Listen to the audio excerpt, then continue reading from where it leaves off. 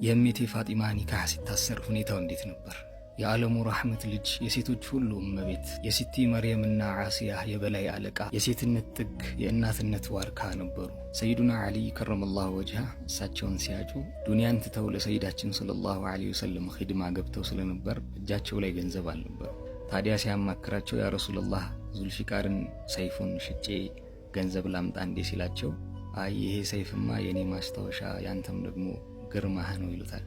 እና ጋሻቸውን እንዲሸጡ ይስማሙና ያንን ሽጠው 470 የሚሆን ድርሃም አምጥተው ለመህር ይሰጣሉ ማለት ነው። ታዲያ እቺ ፊቷ ከፀሐይ በላይ የሚያበራዋ ንግስት የዱንያና አኺራ መልካም እመቤት 470 ድርሃም ብቻ ነበር መህሯ።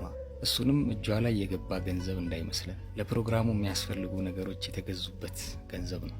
እናም የዚህ ሰርግ አንደኛው ኻዲም ሐበሽዩ ሰይዱና ቢላል ረዲየላሁ ዐንሁ ነበሩ። ሰይዳችን ሰለላሁ ዐለይሂ ወሰለም የተወሰነ ድርሃም ሰጥተዋቸው መልካም መዓዛ ያላቸውን ዕጣን ሽቶዎችን እንዲያመጡ ተላኩ። የተቀረውን ደግሞ ለእሜቴ ኡሙ ሰለማ ሰጧት። እሷም እንደ ተምር፣ ዱቄት፣ ጣፋጭ የሆኑ ምግቦችንም የሚያስፈልገውን ሁሉ ገዛዝታ መጣች ማለት ነው። ይሄ ሙሐመዲ ዓለዊ ዛህረዊ ጎጆ ሐሰኔኖቹ የጀነት አለቃዎች ያደጉበት የፍቅር ቤት ዲካውን ባለፈ ዙህድ ዱንያን የመናቅና በዒባዳ የተመሰረተ የተገነባ ጎጆ ነበር። ታዲያ ጎጆ ሲወጡ ሰይዱና ዓሊ ያዘጋጇት ክፍል በአሸዋ የተደለደለች ነበረች። በዚህ ክፍል ውስጥ የነበሩ ዕቃዎች ይላሉ ውስጡን በዘንባባ ቅጠል የተጠቀጠቀ ፍራሽ እንዲሁም ትራስ፣ እንደዛው አይነት መቀመጫ፣ የበግ ቆዳ፣ እናታችን ፋጢመቱ ዛህራ ገብስ የምትፈጭባቸው 2 የድንጋይ የእጅ ወፍጮዎች፣ ወንፊት፣ ፎጣ፣ 2 የውሃ ዕቃዎች እንዲሁም 1 ምንጣፍ ነበር። ሱብሃንአላህ هذا هو جهاز سيدة نساء العالمين የእመቤቶቹ አይነታ ሙሽርነት የወጣችበት ቤት ይህን ይመስል ነበር። الطاهرة الزهراء أم أبيها بنت المصطفى صلى الله عليه وسلم በጀባታ በስጦታ መልክ ብዙ ሰሓባዎች ወደዚህ ቤት ይዘውት የመጡት ዕቃ ነበር። አብዛኛውን ግን ለሰዎች አሳልፈው ይሰጡ ነበር ይባላል።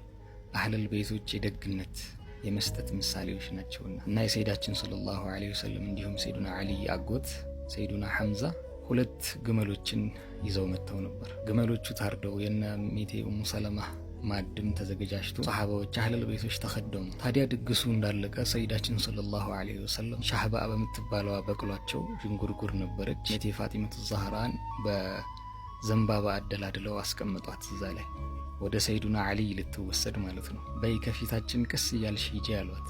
ሰይዱና ሰልማን ረዲየላሁ ዐንሁ ደግሞ የበቅሎውን ልጓም ይዘው ከፊት የሚመሯት ኻዲም ነበሩ። ሰይዳችንም ሰለላሁ ዐለይሂ ወሰለም ከኋላ ሆነው እነ ሰይዱና ሐምዛ እንዲሁም የበኑ ሐሽም ትላልቅ ሳዳቶች ሰይፋቸውን አንግበው የመዲና ወይዛዝርትና ህፃናቶችም በደስታ እየቦረቁ ይከተሉ ነበር።